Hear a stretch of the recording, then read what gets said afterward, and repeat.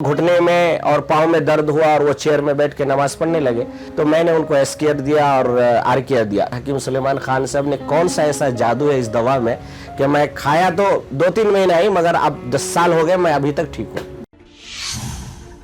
नमस्कार, आदाब, आप सभी का स्वागत है हमारे खास प्रोग्राम में। मैं हूं आपके साथ शैलजा त्यागी। दर्शकों, हकीम सुलेमान खान साहब की टीम जैसे कि बैंगलोर तो पहुंची गई है, लेकिन आज मैं आपसे रूबरू कराऊंगी कि ऐसी खास शख्सियत को जो हकीम सुलेमान खान साहब की दवाइयों के ज़रिए लोगों की खिदमत कर रहे हैं। तो मुनव्वर साहब हैं कौन, जानेंगे उन्हीं से और आपको भी उनसे मुलाकात कराएंगे। तो चलिए मिलकर उनका स्वागत करते हैं। स्वागत है सर, आपका इस्तकबाल है। शुक्रिया जज़ाक। सर, हकीम साहब से आप किस तरह से जुड़े और कैसे वो पूरा आपका सफ़र रहा, जानना चाहूँगी। अल्हम्दुलिल्लाह, हकीम साहब से आज से तकरीबन 10-12 साल पहले नई दुनिया पेपर के ज़रिए से मुलाकात हुई और उसके बाद जो है फिर ये सफ़र सिलसिला शुरू हुआ। सबसे बड़ी खुशी की बात ये रही कि ये तो हमारा ख़ानदानी पेशा है, हिकमत और जड़ी बूटियों से दवाई बना करके लोगों की खिदमत करना, मगर एक नई जहत दे करके, एक नया सिमत दे करके हकीम सुलेमान खान तूर साहब ने जो लोगों को फ़ायदा पहुंचाने का एक बेड़ा उठाया था, तो उससे मैं काफ़ी मुतासिर हुआ, क्योंकि उन्होंने बहुत आसान कर दिया यूनानी दवा को। बिल्कुल। इससे पहले क्या होता था कि कड़वी कसाली दवाइयाँ दे करके लोग जो है लेते थे और ले जाने के बाद फिर शोकेश वगैरह में रख देते थे, 1-2 बार खाने के बाद खाते नहीं थे जी। क्योंकि मुंह का जायका हर आदमी को आज के दिन में, मॉडर्न ज़माने में हर आदमी चाहता है कि भाई चलते फिरते मुंह में डाले चलते बने। अब यूनानी में ऐसा कुछ नहीं था। यानी यूनानी में आप अगर देखेंगे, आपको समझ लो घुटने का दर्द है तो आपको कोई माजून लेना पड़ेगा या कोई सिरप लेनी पड़ेगी, जो सबके सब जायके के एतबार से बिल्कुल कड़वा होता है। तो हकीम सुलेमान खान तूर साहब ने ख़ास किस्म की एक नौइयत इख्तियार किया कि भाई आज के मॉडर्न ज़माने में, जबकि हमारे बच्चे बर्गर और पिज़्ज़ा में अपने बिलीव रखते हैं और वही खा करके टाइम पास करते हैं, तो मैं यूनानी को क्या कर सकता हूँ करके उन्होंने जो है दर्द के लिए एस केयर नाम से जो दवाई बनाई। मैं समझता हूँ कि दुनिया के अंदर अगर उसको नंबर दिया जाए तो शायद वो नंबर 1 पे आएगी। एस केयर दवाई का ऐसा करिश्माती एतबार से लोगों का इलाज होता है कि हमारे पास 50 साल, 60 साल, 80 साल के मरीज ऐसे भी मिले हैं कि बिल्कुल बेड में पड़े हुए थे, चलना फिरना मुश्किल था। मैं आपको सैकड़ों ऐसे लोगों से मिला सकता हूँ। तो वो लोग क्या है कि आए, बाज लोगों को तो ऐसा हुआ कि हम लोग दवाखाने से बाहर उनको देखते थे, वो इतना चल के नहीं अंदर आ सकते थे। और बहुत सारे पेशेंट को खुद हकीम सुलेमान खान साहब तूर साहब जब यहाँ तशरीफ़ लाते थे तो हमारे रॉयल सिद्दीकी शिफाखाना में, तो वहाँ से जो है वो क्या करते थे कि कार में ही जाके पेशेंट को देखते थे और बस 2-4 मिनट की गुफ्तगू के बाद उनको ऐसा महसूस होता था। हकीम सुलेमान साहब की शख्सियत एक ऐसी शख्सियत है कि उनको देख करके बोलते थे, नहीं आधी बीमारी तो ठीक हो गई, दवा खा के मैं आधी ठीक हो जाऊंगी। और अल्हम्दुलिल्लाह 1-2-3 महीने में ऐसा होता था, जो व्हील चेयर में आने वाली पेशेंट या आने वाला पेशेंट या ऐसे ही कार से नहीं उतर सकने वाला भी 3 महीने के बाद वो चल करके आता था और आने के बाद जो है अल्हम्दुलिल्लाह बोलता था कि हजरत मैं बिल्कुल ठीक हो गई। ऐसे बहुत सारे पेशेंट हमारे पास।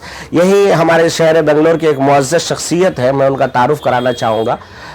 इंजीनियर अब्दुल कादिर साहब हैं, वो है बसवेश्वरा नगर के, बड़ी मुअज़्ज़ज़ शख्सियत है। उनकी खूबी की बात मैं आपको बता दूं, हालांकि उन्होंने बताने मना भी किया था। उनकी खूबी की बात यह है कि एक ज़माने से, यानी कि तकरीबन 25 साल से उनकी कभी जो है तकबीर उला फौत नहीं हुई। यानी 5 वक्ता नमाज अपने टाइम पे पढ़ते हैं वो। तो उनको घुटने में और पाँव में दर्द हुआ और वो चेयर में बैठ के नमाज पढ़ने लगे। फिर हकीम साहब के बारे में मालूम हुआ तो वो हमारी दवाखाना आए और आने के बाद तो मैंने उनको एस केयर दिया और आर केयर दिया, दोनों दवाई दी। अल्हम्दुलिल्लाह अभी 80 साल की तकरीबन उनकी उम्र है, पूरी नमाज अच्छी तरह पढ़ते हैं। बोलते हैं यार हकीम सुलेमान खान साहब ने कौन सा ऐसा जादू है इस दवा में कि मैं खाया तो 2-3 महीना ही, मगर अब 10 साल हो गए, मैं अभी तक ठीक हूँ। तो ये हकीम साहब की एक ख़ास खुसूसियत है कि उन्होंने यूनानी को एक नई सिमत दी। हमने किताबों में पढ़ा था कि मसीहुल मुल्क हजरत हकीम अजमल खान साहब यहाँ हुआ करते थे, जी जी। जो अंग्रेज लोग उनसे दवाइयाँ इलाज करवाया करते थे। उस जमाने की बात है, अंग्रेज के जमाने की। इस दौर में अगर कोई हकीम अजमल खान का नाम रोशन कर रहा है तो मैं समझता हूँ वो हकीम सुलेमान खान तूर साहब है। बिल्कुल सही बात कही आपने सर। पूरे बैंगलोर में और बैंगलोर के आसपास जितने भी एरिया हैं, मतलब मुझे लगता है कि गिनती नहीं होगी जितने लोगों की आप खिदमत कर रहे हैं हकीम साहब के सारी दवाइयों के ज़रिए, सारे नुस्खों के ज़रिए। तो बहुत लंबे समय से आप जुड़े हुए हैं और साल 2 साल भी नहीं कहूँगी, जब से शुरुआत हुई तभी से आप जुड़े हुए हैं। कभी ऐसा भी आपका अनुभव रहा, एक्सपीरियंस रहा कि कोई पेशेंट बेड से उठ नहीं पा रहा है, उसे लग रहा है ज़िंदगी बिल्कुल निरस हो गई है, अब मैं ठीक ही नहीं हो सकता हूँ, तो ऐसे भी कुछ पेशेंट आपके पास आए और उन्हें आपने जो दवाइयाँ दी उससे उम्मीद जागी कि नहीं मैं ठीक हो रहा हूँ और मैं बेहतर हो गया हूँ? ऐसे तो बहुत सारे पेशेंट हैं, एक दो नहीं। मिसाल के तौर पे एक हमारे शहर बेंगलोर की मशहूर शख्सियत है चिनन पालिया, एक मैको फैक्ट्री के सामने एक इलाका है चिनन पालिया, वहाँ पर एक मोहल्ला है और वहाँ पर एक बड़ी मस्जिद है। उसके एक साबिक सेक्रेटरी है इंजीनियर फेरोज खान साहब। उनकी हालत ये थी कि अचानक उनको कमर में दर्द शुरू हुई और दर्द की वजह से वो उठ करके चल नहीं सकते थे, यहाँ तक कि टॉयलेट जाना तो बहुत मुश्किल था उनके लिए। उन्होंने खुद कहा और उनका इंटरव्यू हमने सालार में भी छापा। जी जी जी। आपने पूछ लिया इसलिए मैं बता रहा हूँ, अगर कोई मेरा इंटरव्यू बेंगलोर वाला सुन रहा है तो डायरेक्ट जाके उनसे मिल सकते हैं क्योंकि वो मशहूर शख्सियत है। और वो जो है यहाँ के HL में सीनियर इंजीनियर के पोस्ट पर है, सीनियर इंजीनियर के पोस्ट पर है। अचानक उनको कमर में दर्द होने की वजह से वो बिल्कुल माजूर हो गए थे। उसके बाद उन्होंने यहाँ की एक मशहूर हॉस्पिटल है, उस हॉस्पिटल में उन्होंने अपना इलाज कराया। तो उन्होंने कहा कि सर्जरी के अलावा कुछ भी नहीं हो सकता है, सर्जरी के अलावा कुछ भी नहीं हो सकता है। इन्होंने सर्जरी के लिए पैसा भी भर दिया। किसी दोस्त ने फिर हमारा एड्रेस दिया कि हकीम सिद्दीकी से आप मिलिए, तो वो कहा कि यार हिकमत में क्या है, ऐसा कुछ भी नहीं है, नहीं होता, मेरा तो 2 दिन के बाद ऑपरेशन है। तो बोले 2 दिन है ना, 2 दिन के लिए जाओ आप। जी जी जी। तो मेरे पास 2 दिन के लिए 2 दिन पहले वो आए और आने के बाद मैंने उनको पूरा ये कहा, मैंने कहा भाई जादू की छड़ी तो हमारे पास है नहीं जो मैं फेर दूं और आप ठीक हो जाए। हमारी दवाई आप 10 दिन खाइए, अगर 10 दिन में 5% फायदा हो जाए तो आप ऑपरेशन मत कराना, और अगर पैसा आप भर दिए हो और अगर नहीं आपका फायदा नहीं हुआ तो आप करा लेना। तो वो फेरोज साहब जो है, इंजीनियर फेरोज साहब, वो जब मेरे पास आए थे तो वो चल नहीं सकते थे, 2 आदमी के सहारे से आए थे। जी जी जी। बड़ी मुश्किल से। वो खुद बताते हैं कि मुझे टॉयलेट जाने से ऐसा लगता था कि मौत अच्छी लगती थी, इस कदर मैं परेशान था। तो उसके बाद जो है वो आए, आने के बाद मैंने वो स्केयर दिया उनको और देने के बाद वो लेके गए और खाए। खाने के बाद पाबंदी से वो 3 महीना खाए और हमारी मुलाकात भी नहीं इस बीच में, एक बार भी फिर नहीं मिले वो हमसे। उसके बाद जो है तकरीबन 1.5 साल या 2 साल के बाद वो अपने किसी नॉन मुस्लिम अपने दोस्त को लेके आए मेरे पास। लेके आने के बाद वो आके पहला सवाल ये किया कि हकीम साहब मुझे पहचाने।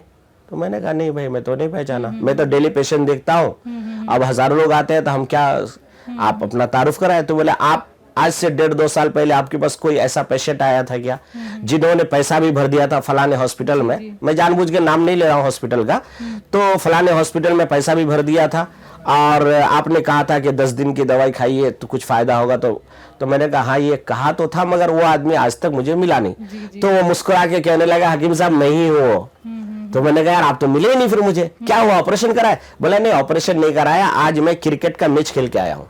ये जुमला कहा उन्होंने, आज मैं क्रिकेट का मैच खेल के आया हूँ और बात यह है कि आपने 10 दिन के लिए कहा था, तो अल्हम्दुलिल्लाह 10 दिन में मैं 50% रेडी हो गया था। तो मैं सोचा आपका टाइम क्यों वेस्ट करूं, इसलिए मैं कंटिन्यू आपके काउंटर से दवाई लेके जाते रहा और 3 महीने का कोर्स किया। आज 2 साल हो चुका है, मैं आराम से क्रिकेट भी खेल रहा हूं और HL के कंपनी में मैं जो है सीनियर पोस्ट पर भी आज भी हूं। और ये मेरा दोस्त है, उनको भी यही शिकायत है, इसलिए मैं इनको लेके आया हूं आपके पास। ऐसा एक पेशेंट मेरे पास, आप चाहे तो अपने दर्शकों को चिनन पाल्या इंजीनियर फेरोज का एड्रेस दे करके भेज भी सकते हैं, वो आपको बताएगा पूरी कहानी। बिल्कुल सर, बिल्कुल। नहीं नहीं, हमें आपकी पूरी बात पे यकीन है, क्योंकि हम तो पेशेंट से मुलाकात भी कर रहे हैं और बहुत अच्छे फीडबैक यहाँ पे हकीम सुलेमान खान साहब की दवाइयों के हमें मिल रहे हैं।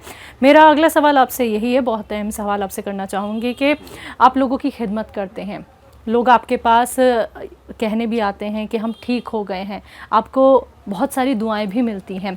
हकीम सुलेमान खान साहब के ज़रिए जो खिदमत आप कर रहे हैं लगातार इतने सालों से, तो कितना अच्छा लगता है सर कि इस यूनानी को आप लोगों ने बहुत आगे तक बढ़ा दिया है, घर घर तक पहुंचा दिया है। और एक दायरा था पहले एक छोटा सा, लेकिन वो दायरा अब बहुत बड़ा हो गया है। हम सब एक दूसरे की खिदमत करते हैं अब उन नुस्खों के ज़रिए, उन दवाइयों के ज़रिए जो हकीम साहब बताते हैं। देखिए, कुरान की एक आयत मैं कोट करना चाहूँगा, वइज़ा मरीज़तु फ़हुव यशफ़ीन। अल्लाह ताला कहते हैं कि बीमार भी मैं बनाता हूँ और शिफा भी मैं देता हूँ। बिल्कुल। और कुरान की और एक आयत है, वतवासौ बिलहक़्क़ि वतवासौ बिस्सब्र, यानी लोगों को आप सच्चाई का रास्ता बताइए। और अगर कुछ तकलीफ भी आती है तो सब्र इख्तियार कीजिए। तो हमने देखा हकीम सुलेमान खान तूर साहब के अंदर जो खुसूसियत तो बेशुमार है उस बंदे के अंदर, बल्कि उनको शोहरत से या दौलत से कोई लगाव नहीं है। मैंने खुद उनके साथ रह करके, क्योंकि बोलते हैं ना कि सोना को घस के देखना चाहिए और आदमी में बस के देखना चाहिए। तो अल्हम्दुलिल्लाह हकीम सुलेमान खान तूर साहब के साथ हमारा एक लंबा सफ़र रहा है और शबो रोज़ हमने गुजारे हैं उनके साथ, दिन में भी, रात में भी, सफ़र में भी, हजर में भी रहे हैं। तो इसलिए मैं कहा, जो अपना अनुभव है मेरा ये है कि हकीम सुलेमान खान तूर साहब इंसानियत की खिदमत के लिए एकदम बेलोस है, उनको दुनिया से कोई गरज नहीं है। हमारे दवाखाने में हकीम साहब एक बार एक पेशेंट देख रहे थे, तो पेशेंट ज़रा अजीब मिजाज का था। उसने सवाल किया कि हकीम साहब मैं इससे ठीक हो जाऊंगी, अब पक्का गारंटी देते हैं? तो हकीम साहब मुस्कुराए और मुस्कुराने के बाद मुझे याद है वो लम्हा, बोले कि बेटा मैं दवा बेचता हूँ, शिफा नहीं बेचता हूँ। है, शिफा तो अल्लाह के हाथ में जी। मेरी दवाई खा के लोग ठीक हो जाते हैं, उनको अच्छा तो अल्लाह करता है मगर नाम मेरा होता है। ये हकीम साहब का जुमला था। लोग मेरा एडवर्टाइज करते हैं मगर हकीकत में शिफा अल्लाह देते हैं। तो मैं मुबारकबादी भी दूंगा। मैं आपसे ये कहना चाहता हूँ कि अगर ये दशहरे की छुट्टी वगैरह नहीं होती तो आपको मैं सैकड़ों लोगों से मिलाता, मगर इस वक्त क्योंकि हम मैसूर जा नहीं सकते, पूरा मैसूर पैक होता है। मैसूर में बेशुमार पेशेंट है हमारे, जो लोग इंटरव्यू देने के लिए तैयार है, मगर वहाँ जाना एक जोखम है इस टाइम पे, क्योंकि पूरा मैसूर पैक होता है। तो अल्हम्दुलिल्लाह हकीम साहब की दवाइयों से मैंने जो अनुभव किया है, मैं किसी कंपनी का कुछ नहीं कहना चाहता, मगर इतना कहना चाहता हूँ कि हकीम साहब ने यूनानी को एक नई जिंदगी दे दी और यूनानी को एक नया रास्ता दे दिया और एक नया रोड मैप दे दिया कि आज के दिन भी यूनानी से इलाज किया जा सकता है और लोग ठीक हो सकते हैं। बिल्कुल, बहुत अच्छा लगा सर आपसे बात करके और ये भी जान के कि किस तरह से आप लोगों की खिदमत कर रहे हैं। और यकीनन हम पहले सुनते थे आपके बारे में कि बेंगलोर में बहुत पुराना हमारा एक क्लिनिक है और हकीम साहब की सारी दवाइयों के ज़रिए आप लोगों की खिदमत कर रहे हैं। बहुत अच्छा लगा सर। एक ये मैं इंटरव्यू और दे देना चाहूँगा। हमारे यहाँ एक जब हकीम साहब का कैंप चलता था जी जी, तो हकीम साहब के कैंप के दौरान में हम लोग का सफ़र मैसूर का था जी जी। तो हम लोग मैसूर जाने वाले थे। तो एक दिन पहले एक खातून का, एक मैडम का फ़ोन आया। उनका सवाल था कि हकीम साहब आप नाश्ता कहाँ करेंगे जी। तो मैंने कहा नाश्ता हम कहीं भी होटल में कर लेंगे। तो बोले नहीं, आप कितने बजे मैसूर पहुँचते हैं? तो मैंने कहा कि हम लोग सुबह 7:30-8 बजे पहुँच जाएंगे। तो वो टाइट शेड्यूल रहा करता था हकीम साहब का और हमारा। तो हकीम साहब के साथ मैं खादिम के तौर पर रहता था साथ में। तो उन्होंने कहा कि वो औरत कहने लगी कि हकीम साहब आप मेरे ऊपर एक एहसान कीजिए, आप नाश्ता कहीं मत कीजिए, आप मैसूर में आके नाश्ता कीजिए। तो मैंने कहा क्यों? तो वो कहने लगी कि नहीं, मैं वो राज की बात है वो मैं बाद में बताऊंगी, आप आ जाइए मैसूर। तो हमने हकीम साहब से मशवरा किया तो हकीम साहब ने कहा ठीक है चलो वही देखते। तो हम लोग सुबह ही पहुँच गए वहाँ। मैसूर में हमारा कैंप जो है शांति नगर में लगा करता था उस टाइम पे। तारिक भाई हैं वहाँ पर भी सुलेमानी दवाखाना के नाम से हमारा दवाखाना था वहाँ पर मैसूर में। तो वहाँ जब हम लोग बैठे, मतलब पहुँचे, तो कुछ ही देर में एक मुअज़्ज़ज़ खातून, बिल्कुल निकाब पोश, बिल्कुल पूरी तौर पर अपने पर्दे का पूरा एहतमाम किए हुए एक औरत कई टिफिन लेकर के, बड़े बड़े टिफिन लेकर के आई और आने के बाद कहा कि हजरत ये आप नाश्ता कराएं हकीम साहब को भी और आप भी करें और ये घर वालों को भी कराएं, मैंने ज़्यादा लेके आया। तो हमने कहा कि ठीक है, ये सारी बात तो, ये मेहरबानियाँ क्यों है, ये सवाल था एक। क्योंकि एक अनजान इलाके में कोई अगर कह रहा है कि भाई आप हमारे यहाँ नाश्ता करें, आपसे में हमारा अलग सलेक नहीं, दुआ सलाम नहीं, अचानक, तो वो मुस्कुरा के कहने लगी कि हकीम साहब बात असल ये है कि मैं 7 साल से बीमार थी।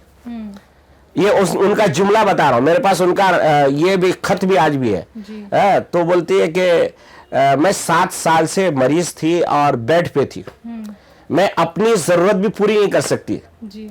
मेरी जरूरत भी मेरे घर वाले, मेरे शौहर, ये लोग ये करवाते थे और मैं इस कदर मोहताज हो गई थी कि मैं अपनी जिंदगी से हार चुकी थी। मुझे नहीं लग रहा था कि मैं ठीक हो पाऊंगी।